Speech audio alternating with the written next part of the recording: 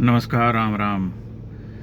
कल का एक वीडियो बड़ा चर्चित हो गया है, आपने देखा होगा, बहुत वायरल हुआ पड़ा है सोशल मीडिया पर। कांग्रेस पार्टी का राष्ट्रीय सम्मेलन है, नेशनल कन्वेंशन, जिसमें उनके युवराज और angry young old man, young man, अधेड़ मैन, बुजुर्ग मैन, जो भी कहना चाहें, वो आते हैं कि मंच पर तमतमाते हुए। वही उनका स्टाइल जो है कि दुनिया जो है मेरे कदमों के नीचे है।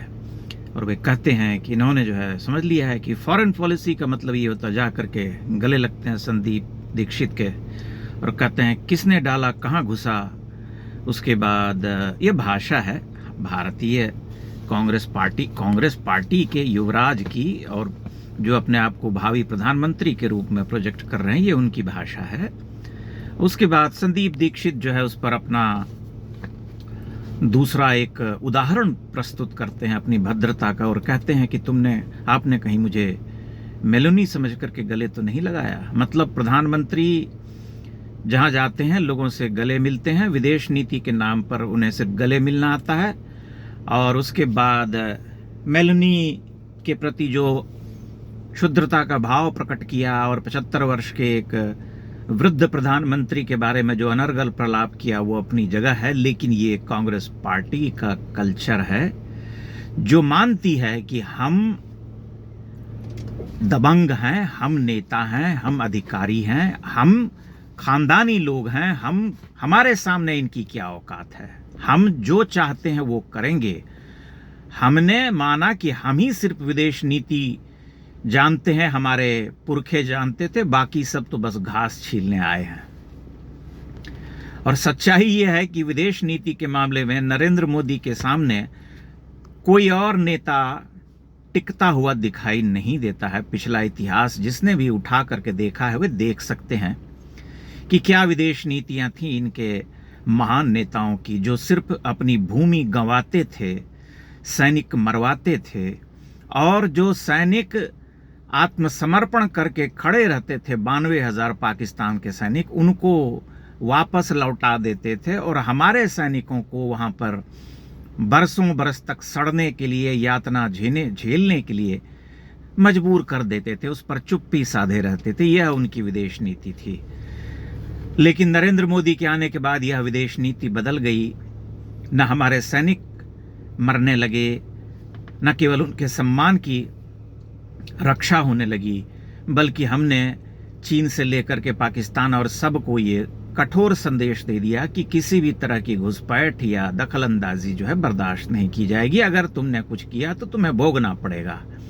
यह विदेश नीति है, यह कारगर हुई है और इसने संपूर्ण विश्व में नरेंद्र मोदी की एक नेता के रूप में धाक जमाई है। दुनिया भर के बड़े बड़े दिग्गज, बड़े बड़े नेता, बड़े बड़े पॉलिटिकल एनालिस्ट जो भारत के नहीं हैं, वे दाद देते हैं, वे मानते हैं कि नरेंद्र मोदी इस समय विश्व के सबसे प्रभावशाली नेताओं में से 2-3 नेताओं में से एक है, और बहुत सारे लोग तो उन्हें सबसे अधिक प्रभावशाली नेता मानते हैं।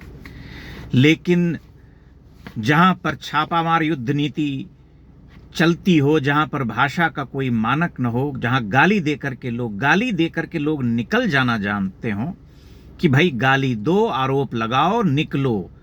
सुनने के लिए आरोप लगाओ, लेकिन आरोप का उत्तर सुनने के लिए ठहरो मत, सदन में मत रुको। जब सदन में तुम्हारे सामने जवाब देने के लिए कोई खड़ा हो तब उसकी बात मत सुनो, चुपचाप निकल लो। ये बहुत बढ़िया टैक्टिक्स होता है। ये कमजोर लोगों का लक्षण होता है कि गाली देते हैं, निकल लेते हैं, खड़े नहीं रहते सामने, क्योंकि उन्हें पता है कि खड़े रहने पर जवाब मिल सकता है। गाली दो, भाग जाओ। तो यही नीति है। और यह जो भाषा है, ये जो देह भाषा, यह जो भंगिमा है, ये भंगिमा दूसरे जो अन्य नेता हैं अन्य दलों के, उन सब को एक मानक देती है, उन सब के सामने एक मिसाल बनकर के प्रस्तुत हो जाती है कि भाई देश के प्रधानमंत्री या भाजपा का कोई भी बड़ा से बड़ा नेता हो तो उसके प्रति ऐसी ही भाषा का प्रयोग करना चाहिए। मेरे लिए आश्चर्य का विषय यह है कि मैं संदीप दीक्षित के बारे में कम से कम यह सोचता था कि भद्र व्यक्ति हैं, शीला दीक्षित के पुत्र हैं और मर्यादित पुरुष हैं। लेकिन कल उन्होंने यह सिद्ध किया कि कांग्रेस में भद्रता का कोई अर्थ नहीं होता, वहां केवल ठसक होती है, गुरूर होता है, दर्प होता है। कि हम सबसे महान हैं, और हमने कहा कि भाई मेलनी और प्रधानमंत्री के बीच में निकटता है, दोनों में मैत्री संबंध है, तो कुछ न कुछ गड़बड़ होगी। ये उनके विचार हैं। हालांकि इतिहास बताना आवश्यक नहीं है, लेकिन पलट करके देखना चाहिए, क्योंकि सभी जो इसके पूर्व के प्रधानमंत्री हैं वे भी गले मिलते रहे हैं, मिलती रही हैं। तस्वीरें तो होंगी ही, देख लेना चाहिए पलट करके किन किन से गले मिलती रही हैं। इसका मतलब यह तो नहीं होता कि आप किसी राष्ट्र नेता के बारे में अनर्गल प्रलाप करें, या उस स्त्री की मर्यादा का भी कितना बड़ा अपमान है इसके बारे में सोचना चाहिए कि मेलनी इटली की प्रधानमंत्री हैं, और उनके बारे में जैसे छुटभइये लोग सोशल मीडिया पर मीम्स बनाते हैं, वैसे ही आप मीम्स बना रहे हैं और यह सिद्ध कर रहे हैं कि यही आपका चलन है, यही आपका कल्चर है, यही आपकी संस्कृति है, जिसमें लोकतंत्र जैसी कोई चीज़ नहीं है, वैसी कोई भावना नहीं है, उसका कोई सम्मान नहीं है। केवल है तो यह कि भला यह प्रधानमंत्री क्यों है। आप देखिए इनके जितने नेता हैं ये हमेशा ये कहते हैं कि चला नहीं सकते देश, जवाब नहीं दे सकते, गद्दी खाली कर दो। अरे गद्दी खाली कर दे, तुम्हारे कहने से गद्दी कैसे खाली हो जाएगी? और कौन सा जवाब तुम्हें चाहिए? जवाब सुनने के लिए तुम तैयार हो?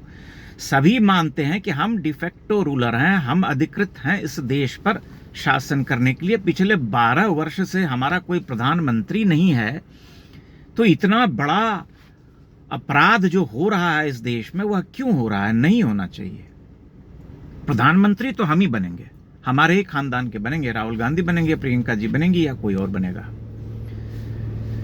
ये है कल्चर, जिस कल्चर की ये दुहाई देते हैं, जिस कल्चर पर इन्हें नाज है, जिस कल्चर का उदाहरण दे दे करके ये कभी सावरकर को माफी वीर कहते हैं, तो कभी प्रधानमंत्री को, कभी क्या प्रधानमंत्री को तो आए दिन ये अपमानित करते हैं, बूढ़ा बंदर और पता नहीं क्या क्या ने क्या था, 56 इंच का बंदर, जिसके लिए भी कहा था, या तो अमित शाह के लिए कहा था या प्रधानमंत्री के लिए कहा था, छोटा बंदर, नाटा बंदर, जो भी कहा था।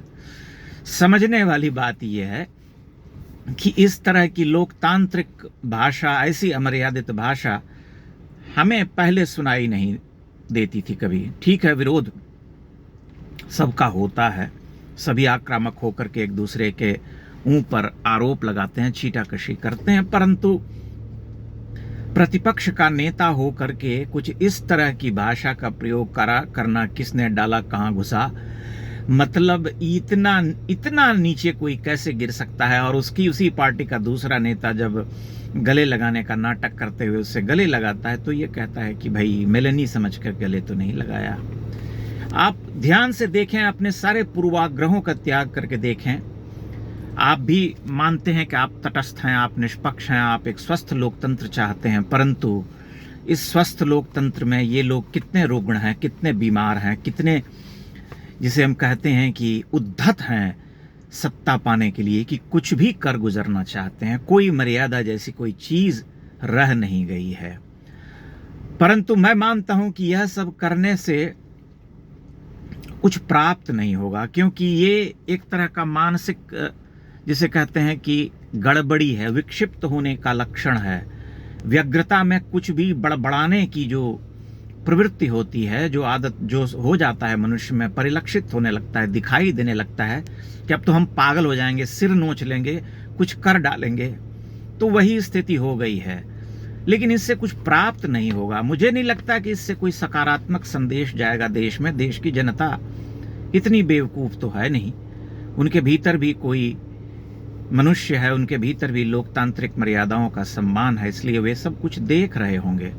तो बेहतर है कि किसी स्वस्थ विपक्ष का उदाहरण बने, न कि ऐसी सड़क छाप गुंडों की भाषा का प्रयोग करके अपने लिए एक नया ट्रेंड सेट करें। ऐसा मेरा मानना है। हो सकता है आपके अलग विचार हों, जो भी हों सामने अवश्य रखिएगा। बहुत बहुत धन्यवाद।